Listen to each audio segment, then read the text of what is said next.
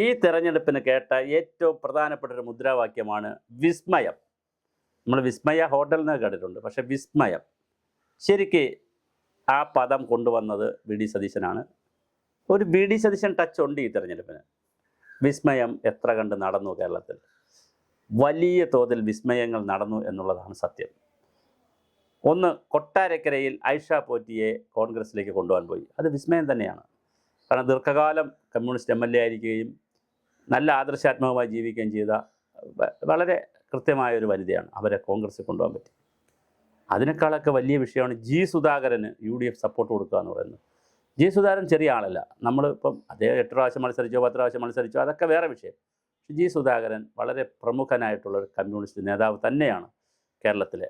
ആ കമ്മ്യൂണിസ്റ്റ് നേതാവ് കോൺഗ്രസിൻ്റെ സപ്പോർട്ടോടുകൂടി മത്സരിക്കുന്നു എന്ന് പറഞ്ഞാൽ അതൊരു വലിയ വിസ്മയം തന്നെയാണ്. അതുപോലൊരു വലിയ വിസ്മയമാണ് PK ശശി. PK ശശി ചെറിയ ആളല്ല. പാലക്കാട് ഇന്ന് കമ്മ്യൂണിസ്റ്റ് പാർട്ടിയിൽ ബാലൻ്റെ കാലം കഴിഞ്ഞു. AK ബാലൻ്റെയും കൃഷ്ണദാസിൻ്റെയൊക്കെ കാലം കഴിഞ്ഞു. ഇപ്പോൾ PK ശശിയുടെ കാലമാണ്. ആ കാലത്ത് PK ശശിയെ പോലെ ഒരാളെ ഇപ്പുറത്ത് കൊണ്ടുവരാൻ കഴിഞ്ഞത് വലിയ കാര്യമാണ്.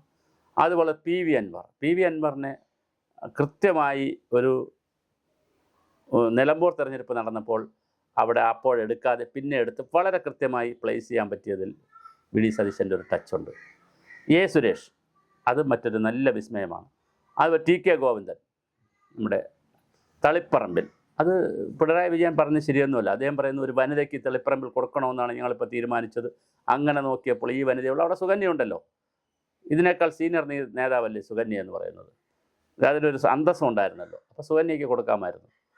പക്ഷേ അപ്പോൾ പറയും ജെയിംസ് മാത്യുവിൻ്റെ ഭാര്യ എന്ന് പറയും. എന്നാൽ പോലും അത് മറ്റൊരു തരത്തിൽ വരുവാൻ ജെയിംസ് മാത്യു MLA സ്ഥാനം കഴിഞ്ഞല്ലോ.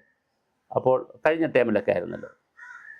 സുകന്യ മാത്രമല്ല, ജെയിംസ് മാത്യുവിൻ്റെ ഭാര്യ എന്നുള്ള നിലയിലല്ല സുകന്യ SFIയുടെ പ്രസിഡൻ്റ് ആയതിനു ശേഷമാണ് കല്യാണം കിടക്കുന്നത്.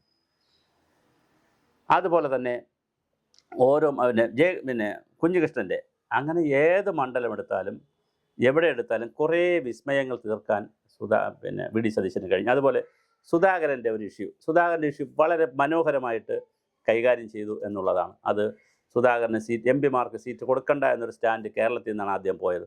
അത് വളരെ കൃത്യമായി വർക്കൗട്ട് ചെയ്തു. തർക്കവും വഴക്കും കണ്ണീരും കരച്ചിലും ഒക്കെ വന്നെങ്കിൽ അത് വർക്കൗട്ട് ചെയ്തു.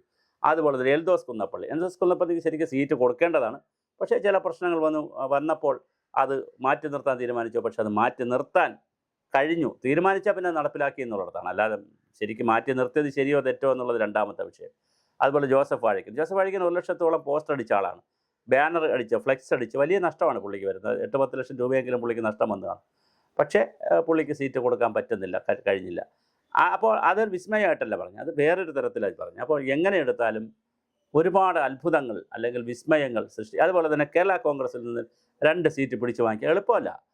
ഈ പ്രാവശ്യത്തെ തെരഞ്ഞെടുപ്പിൽ ഘടകകക്ഷികളുമായി യാതൊരു അടിയും നടന്നില്ല എന്നുള്ളതാണ്. ചെറിയൊരു അലോസരം മാത്രമാണ് കേരള കോൺഗ്രസ് ജോസഫ്. അത് 1 മണിക്കൂർ നേരത്തേക്കെന്ന് പറയാം. തലേദിവസം രാത്രി ആലുവയിൽ കൂടുന്നു, രാത്രി തീരുമാനം പറയുന്നില്ല, പിറ്റേ ദിവസം തീരുമാനം പറയുന്നു. 2 സീറ്റ്, ഇടുക്കി സീറ്റ്, ഏറ്റുമാനൂർ സീറ്റും തൽക്കാലത്തേക്ക് കോൺഗ്രസ്സിന് കൊടുത്തു. അപ്പോൾ വളരെ മനോഹരമായിട്ടാണ് ഈ വിസ്മയങ്ങൾ സംഭവിച്ചത്. ഇതൊരു പൊളിറ്റിക്കൽ സ്ട്രാറ്റജി തന്നെയാണ്. അവിടെയാണ് പിന്നെ വി ഡി സതീശൻ പറയുന്ന കാര്യങ്ങൾക്കൊരു അപ്പർ ഹാൻഡ് വരുന്നത്. വി ഡി സതീശൻ പറയുന്നത് 10 വർഷത്തെ ഇരുണ്ട യുഗം അവസാനിക്കും. ഇരുണ്ട യുഗമാണോ, നല്ല യുഗമാണോ, ജനാധിപത്യ വിരുദ്ധ യുഗമാണോ, ഫാസിസ്റ്റ് യുഗമാണോ എന്നൊക്കെ ജനങ്ങൾ വിലയിരുത്തട്ടെ, അത് നമ്മൾ പറയുന്നില്ല. പക്ഷേ 10 വർഷത്തെ ഭരണത്തിന് അവസാനം വരും എന്നാണ് എല്ലാവരും പറയുന്നത്. സുധാകരനും പറയുന്നു 3ാം ഭരണം എന്ന് പറയുന്നത് പിണറായിയുടെ ഒരു സ്വപ്നം മാത്രമായിട്ട് വരും, 3ാം ഭരണം വരാൻ സാധ്യതയില്ല എന്നാണ്. സുധാകരനോട് ചോദിച്ചപ്പോൾ സുധാകരൻ പറഞ്ഞു യാതൊരു സാധ്യതയുമില്ല. അപ്പോൾ നിങ്ങൾക്ക് ഉറപ്പുണ്ടോ എന്ന് വീണ്ടും ചോദിക്കുമ്പോഴാണ് എൻ്റെ ഉറപ്പല്ല, എനിക്ക് അങ്ങനെ ഉറപ്പ് പറയാൻ കഴിയില്ല, കാരണം ഞാനിപ്പോൾ ഫീൽഡിലില്ല, അതുകൊണ്ട് എനിക്ക് ഉറപ്പല്ല, പക്ഷേ വരില്ല എന്നുള്ളൊരു കഥ പറയുന്നത്. എന്തായാലും ടീം UDF എന്ന് പറയുന്ന ഒരു വിസ്മയം വളരെ കൃത്യമായി ഈ തെരഞ്ഞെടുപ്പിന് കൊണ്ടുവന്നു. പിന്നെ സ്ഥാനാർത്ഥി തർക്കം ഇതിനേക്കാളൊക്കെ വലിയ അടി കോൺഗ്രസ്സിൽ തെരുവിലേക്ക് പോലും തല്ലുപോയിട്ടുള്ള കാലമുണ്ട്. ഡൽഹിയിൽ തീരുമാനിച്ച് ഇവിടെ കാൻഡിഡേറ്റ്ഷിപ്പ് കൊടുത്തതിന് ശേഷം, നോമിനേഷൻ കൊടുത്തതിന് ശേഷം ആളെ പിൻവലിച്ച കഥകളുണ്ട്. ഇതെല്ലാം സംഭവിക്കും. കോൺഗ്രസ് അതൊക്കെ കൂടി ചേരുന്നതാണ്, ഈ മസാലയെല്ലാം കൂടി ചേരുന്നതാണ് കോൺഗ്രസ്. അതുകൊണ്ട് കോൺഗ്രസ്സിൽ അതൊരു അത്ഭുതമല്ല. ഇപ്പുറത്ത് പോലും എന്തെല്ലാം സംഭവിച്ചു. ഇപ്പോൾ NDA ഇതുവരെ ഫൈനലൈസ് ചെയ്ത് ഇപ്പോഴും ഇന്നൊക്കെയാണ് എല്ലാം വരുന്നത്. ഇനിയും പട്ടിക ഇറക്കാനുണ്ട് പലയിടത്തും, മാവേലിക്കരയൊക്കെ ഇനിയും വരാനുണ്ട്. അതുപോലെ തന്നെ CPM മലപ്പുറം ജില്ലയിൽ ഇനിയും പല പട്ടികകളും വരാനുണ്ട്. അപ്പോൾ എന്തായാലും വളരെ വലിയ തോതിൽ ഫീൽഡ് ചെയ്തിട്ടുണ്ട്. എല്ലാവരെയും ലോഞ്ച് ചെയ്തു, ഫീൽഡ് ചെയ്തു. ഇനി ഒരു 10-20 ദിവസക്കാലം ഇന്നിപ്പോൾ സ്ഥാനാർത്ഥിത്വം നോമിനേഷൻ ഒരുപാട് പേര് കൊടുത്തിട്ടുമുണ്ട്. ജി സുധാകരനെ HA സലീം തമ്മിൽ കാണുകയും ചെയ്ത് നോമിനേഷൻ കൊടുക്കും ആലപ്പുഴയിൽ വെച്ച്. അപ്പോൾ വലിയ മത്സരമാണ് നടക്കുന്നത്. അപ്പോൾ ടീം വിസ്മയം നടക്കട്ടെ. ഇത് കേരളത്തിൽ ഒരു ഭരണമാറ്റം വേണോ വേണ്ടേ എന്നുള്ളതിനെ സംബന്ധിച്ച് ജനങ്ങൾ തീരുമാനിക്കട്ടെ. പക്ഷെ ഒരു കാര്യം, MN കാരശ്ശേരിയും സച്ചിദാനന്ദനും ഒക്കെ പറയുമ്പോൾ തുടർച്ചയായി ഭരിക്കുമ്പോൾ മറ്റൊരു ബംഗാളായി പോകുമോ, അല്ലെങ്കിൽ മറ്റൊരു ത്രിപുരയാകുമോ, മറ്റൊരു സോവിയറ്റ് റഷ്യ ആകുമോ, പിന്നെ രാജ്യം തന്നെ കാണുമോ, സംസ്ഥാനം തന്നെ കാണുമോ എന്നൊരു ചോദ്യമുണ്ട്. അതുകൊണ്ട് ഭരണമാറ്റം എന്നുള്ളതിനെ സംബന്ധിച്ച് വേണോ വേണ്ടേ എന്നൊക്കെ ജനങ്ങൾ തീരുമാനിക്കട്ടെ. പക്ഷേ തുടർച്ചയായി വേണോ വേണ്ടേ എന്നുള്ളതിൽ രണ്ട് അഭിപ്രായം പാടില്ല.